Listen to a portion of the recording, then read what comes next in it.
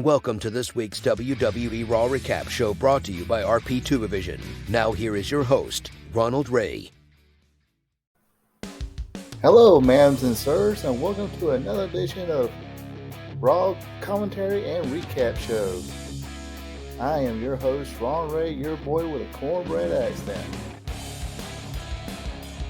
Out of the gate this week, we have the Bloodline members, Jimmy and Jey Uso with Solo Sikoa. They proudly brag about how they beat the Brawling Brutes, along with talk about Roman Reigns beating Logan Paul at this past Saturday's Crown Jewel. Then they have their match coming up on SmackDown against the New Day.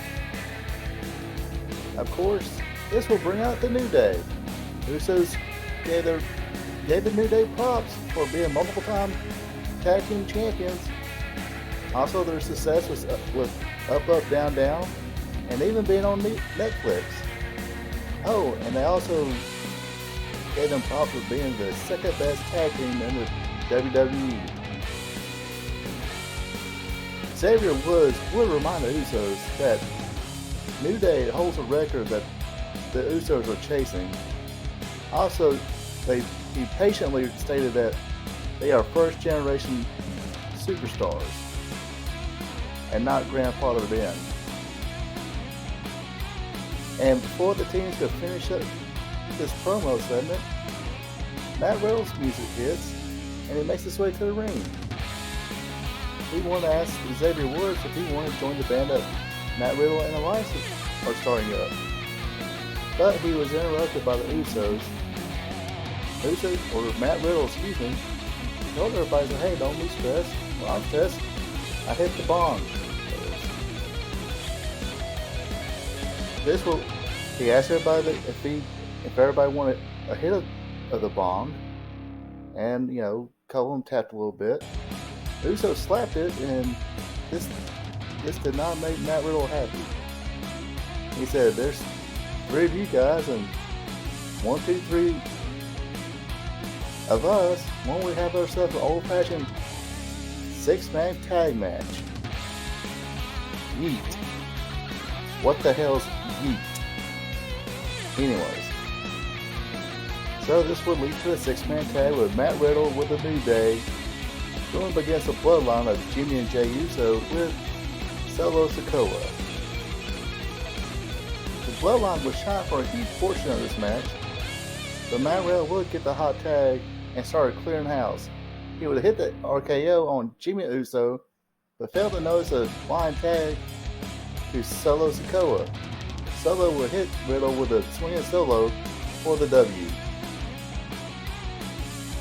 Next we have Baron Corbin with JBL going against Cedric Alexander. This was basically all Baron Corbin. I think Cedric Alexander maybe got a couple licks in, but it was all Baron Corbin. I keep on wanting to call him Corbin Burnson for some reason. Anyway, Baron Corbin would pick up the win after hitting the end of days. Seth Rollins will come out now for the United States title Open Challenge. The Judgment Day would come out. Finn Balor would state that they had some unfinished business with Rollins. But before anything got started with that, the OC would come out. The Judgment Day and the OC would have a little war of words, and AJ Styles will state the person they needed had found them, and it would be the returning Mia Kim, and she wasted no time going after Rhea Ripley. After the brawl settles, it was the OC standing tall. Next up we have Otis with Chad Gable going against Elias. Otis would get the early shine until he missed a spear in the corner. Elias came back strong and took out Chad Gable, who tried to interfere. However, Otis was able to nail Elias with the world's strongest slam for the W. A lot of short matches in this show. Now we have an in-ring segment featuring Bianca Belair, Asuka, and Alexa Bliss with the Damage Control. This was highlighted by Asuka and Io Sky arguing in Japanese. pretty funny stuff. I wish I understood Japanese. But I think somewhere I've seen they have the English translate. But anyway, Sky will end up calling Asuka a bitch in English, then the fight started. And in comes Nikki Cross, who seems to be aligned with Damage Control. This will be one of the 4 games matches, as the other participants will be named later. Next, we'll have another short but decent match, Austin Theory against Shelton Benjamin. Benjamin will start out good and quickly, but Theory will soon get the upper hand and get the victory using the A-Town down. The Miz is still denying the allegations that Johnny Gargano has against him. Followed by that segment, they had a match 22. They gave these two some time here, around 16 minutes, I believe. Gargano would shine first, using his ability, then Miz would come back with his strikes. I have to admit this, Johnny Gargano, Johnny Wrestling, he's starting to grow on me a little bit.